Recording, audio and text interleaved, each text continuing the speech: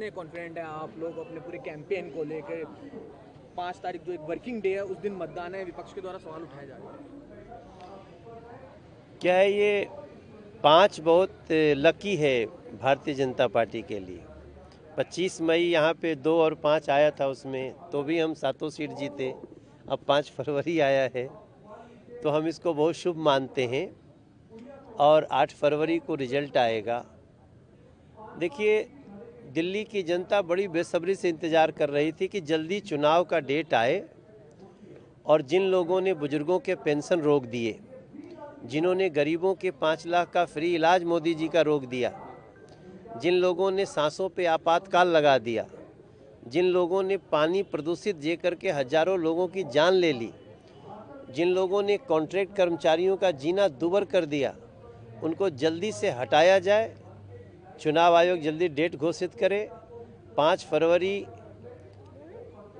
Date fix हो गया और इसी दिन झूठ और लूट वाली पार्टी जो आपदा बन गई है दिल्ली के लिए, अब वो जाएगी।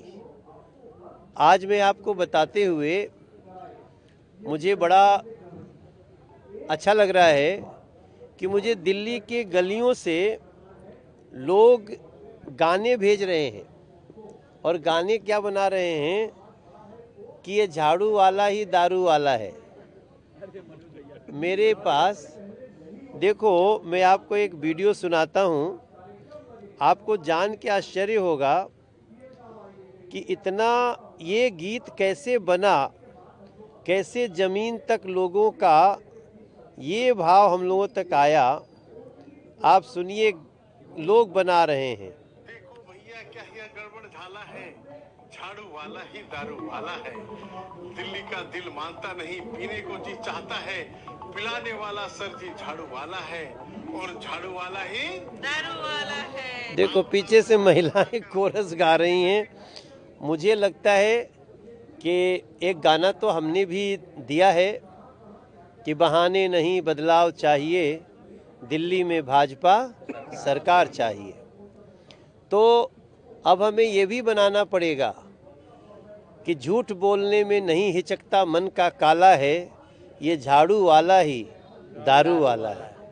मनोज जी, 2 सवाल लेना चाहूँगा। आप राजीव कुमार जो चुनाव अध्यक्ष हैं, उन्होंने 40 मिनट तक अपनी बात है, बल्कि उससे ज़्यादा कहा कि ईवीएम हैक नहीं हो सकती। जो डेटा को लेकर बातें होती है कि एकदम से कैसे बढ़ गया, एकदम से कैसे घट गया, बैटरी परसेंटेज, हर चीज़ पर उन्होंने कहा ये सब गलत है, अफवाह फैलाई जाए, हो नहीं सकता। हाईकोर्ट ने माना है कि ईवीएम हैक नहीं हो सकती। अब आप लोग क्या कहेंगे, क्योंकि जिस तरह से विपक्ष के द्वारा लगातार आरोप लगाया कि ईवीएम सेफ नहीं है, बैलेट पेपर से चुनाव हो?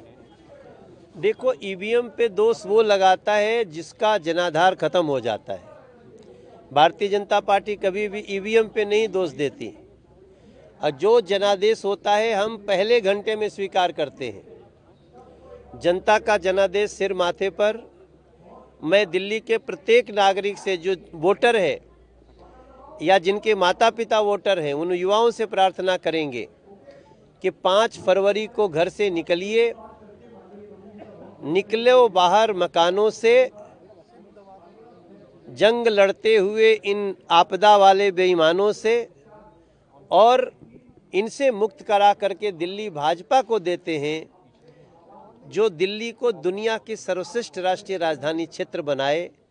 और ये मोदी जी का गारंटी है। अभी पिछले सभा में मोदी जी ने स्पष्ट रूप से बोला है कि आपदा वाले ये दुष्प्रचार करते हैं कि बीजेपी आएगी तो कुछ कल्याणकारी योजनाएं रोक देंगी।